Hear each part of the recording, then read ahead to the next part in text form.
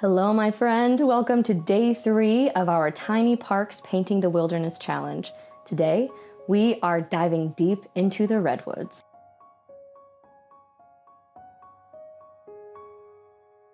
Imagine you're walking through the forest and you're looking up at the sky. You're looking up at these trees all around you, and you just feel so held, so surrounded by life, by ancient wisdom, by whatever it is that you feel in a forest. That's what we're trying to capture with this tiny landscape.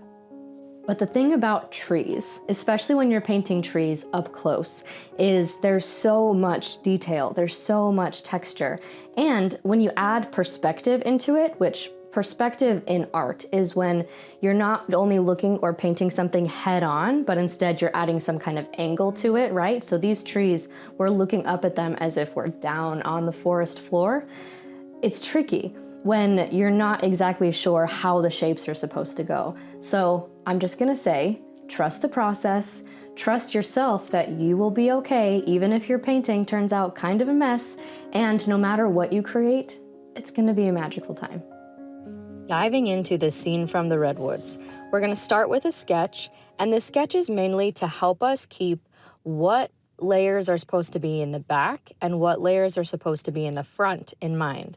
So one thing I want you to remember before we do this sketch, which is just going to be lines for the trees, basically, especially the foreground trees, is that in order to maintain the depth of a scene like the redwoods, where there are like just a bunch of trees, is we are keeping the most detail in the foreground and the least detail in the background.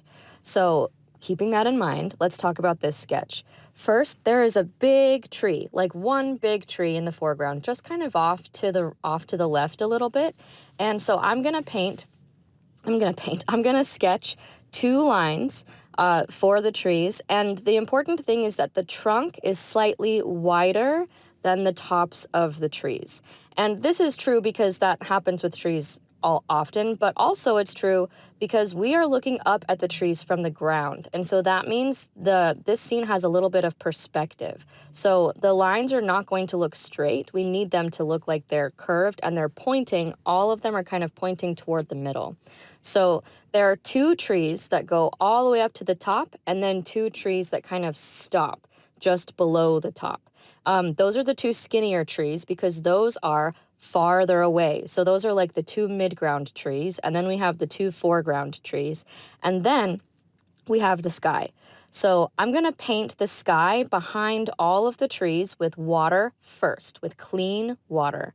So I'm gonna leave the trunks dry so that they stay white. Then I'm going to take some cerulean and start with the pigment at the top of the sky, and then use clean water to kind of like blend it down, because we don't want the sky to be super bright. We just want it to act as like a very subtle accent color. So we are painting the spaces in between the tree trunks. This is also another reason to not draw more than 4 or 5 at most tree trunks, because it's going to be tricky to kind of try to paint around them unless you have masking fluid. And I'm not using masking fluid this time. So paint them with clean water, and then paint with the cerulean at the top of the sky, and then use clean water to blend it down. Then before this dries, before the sky dries, we're going to take a little teeny tiny DIY foliage brush, meaning a brush that you don't mind like tapping so that it kind of is ruined, right? And we're gonna take some sap green.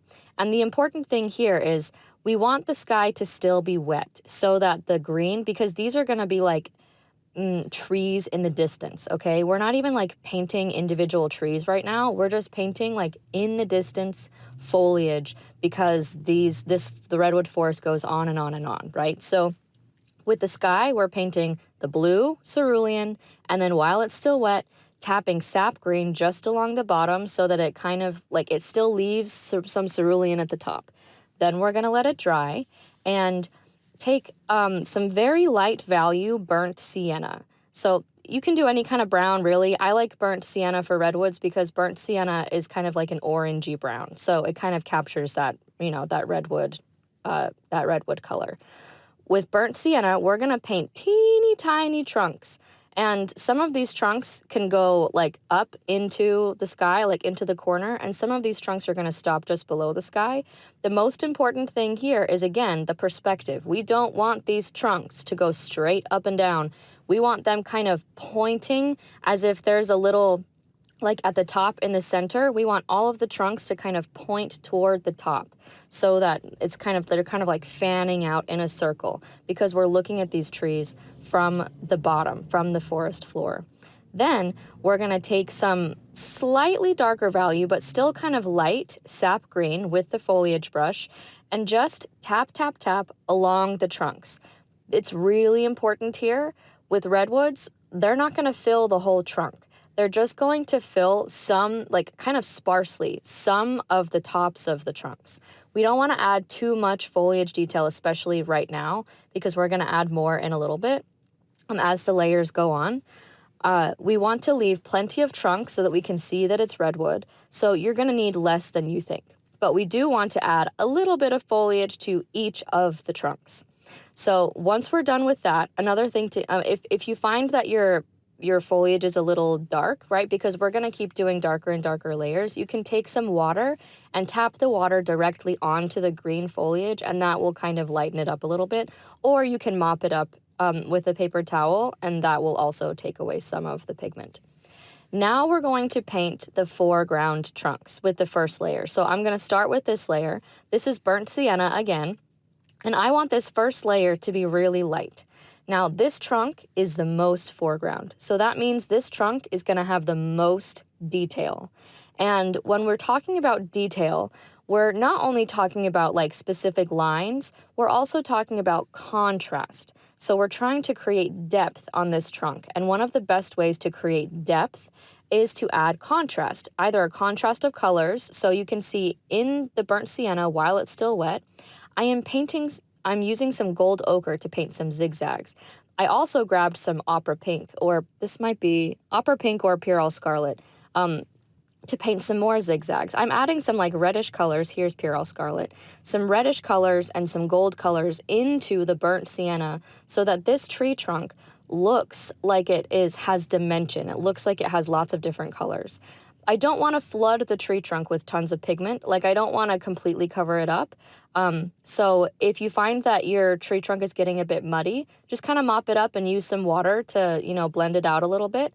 But especially with the two very foreground trees, we want more detail, we want more contrast. So starting with color contrast is one way to do that. And then you can also add value contrast, which we're going to add in just a little bit. But we're going to paint all of the trunks with kind of like a mid kind of light value burnt sienna. The two small trunks that are where they end below the sky and they're kind of off to the sides, we want those to be pretty light. So because they are behind the foreground trunks, we want to make sure that those tree trunks are lighter in value than the foreground trunks, and they're also going to have less detail than the foreground trunks. So we can still paint all of the trunks with some little glimmers of different colors, right? Like the gold ochre or the opera pink or the Pyrrol Scarlet, just as long as the big foreground trunk has the very most detail. Then I'm going to take some slightly darker value burnt sienna. So that just means a higher pigment to water ratio. There's more pigment than water. And I'm going to start painting some darker brown onto the trunk, especially on the right side. And I'm going to do that with all of the trunks. When I'm trying to add value or I'm trying to add depth, especially like shadows to trees, it's most helpful to choose one side to add the shadows and then have that be the side where it's primarily shadowed. So then I'm going to start adding some little lines. So this is burnt sienna, but just with a little bit of indigo. So it darkened it up a little bit to make it more of like could be more like burnt umber. If you have burnt umber, that could also be this color. But adding a little bit of indigo to burnt sienna works just as well. And then I'm going to do like little vertical zigzags with some spots that are thicker than others. And this is to kind of make the bark texture, mostly on this foreground tree. And the thing here is you can way too easily go overboard. So you want to make sure that you're not that you're leaving plenty of the brown, the wood layer underneath. You want to still make sure you're leaving some of that space. Now, as you're doing these trees, all of these trees, remember that the thicker tree is going to have the most detail, and then the trees in the background, like in the midground, are going to have the least detail, right? But you can still add some of those little brown veins for the trunk texture. The one that's kind of off to the side there, I decided not to add any just to simplify even more, right? We don't need to add detail to every single layer. Your brain is going to want to. Your brain is going to want to add detail. But to be a painter, we need to simplify intentionally, especially painting teeny tiny scenes like this. Now we're going to let those dry, and then we're going to take some slightly darker value, so again, more pigment, and we're going to tap, tap, tap even more foliage. Sometimes the foliage is going to overlap onto the foreground trees, and that's going to be okay. But my piece of advice is to tap a few and then pause, and then tap a few more and then pause, because we want to leave behind the blue. We still want to leave behind some of the blue. We don't want the foliage to take up everything. We just want it to take up, a little bit of the spaces. Then I tapped in some gold ochre while it was still wet to just kind of make it, add some interest to it. Then I let it dry. And then I mixed indigo into the sap green to make it a darker green. And especially in the foreground foliage, so the foliage that's like toward the front, along the bottom of the individual boughs, right? Or even just, across the foliage, I'm adding that darker green so we can see the light at the top and the dark at the bottom. Then I'm going to take some slightly darker burnt sienna and using my foliage brush, just kind of scrape upwards to add some shadows along the dark of the trunks, just along the right side to kind of add more depth to those. And then another round of that dark green so that we can, once again, accentuate the contrast, right? Because here, we're only dealing with greens and browns, right? And so in order to make the redwood look like it has depth, like we're looking into the trees, we want to add more contrast to those foreground areas and less contrast to the background areas. And you're done. That's all. That's all there is to it. So taking off the tape, always my favorite part. And honestly, this is a scene that really scared me. So if you're looking at this scene, you're thinking, God, I have no idea how I'm going to do this. Just remember, the background scenes, very little detail. The foreground subjects, more detail. And you get to decide what is the right amount of detail for you. You get to decide what feels doable. And there is no rule that says yours has to look like mine. It's not going to, because you are not me. You don't have my hands. I have my hands. I have all the experience that I have. And whatever you paint is something that didn't exist before, and that is beautiful. That's a miracle. You created something out of pigment, out of paint, and it didn't exist before. And I think that you should be really proud of yourself. So what did we love and what did we learn? I think that one thing I really, really loved was adding those final layers of contrast to the boughs. It's always one of my favorite parts, because a painting that looks kind of flat, once I add shadows along the bottoms of like the tufts of trees, or shadows along off to one side of a tree, even if it doesn't look super detailed, the shadows just kind of tighten it up, and it's one of my best tricks for painting tiny. If you're going to add any detail, it should be some kind of contrast to elevate and to make the things pop. Something that I learned that less is more when it comes to teeny tiny things. Less is more also when it comes to painting trees, and to oversimplify as much as possible, because that's what's going to make your painting look really magical in this tiny form. All right, my friends, thank you so much for painting with me. I hope you had a really great time this today. I loved it so much, and I will see you again soon.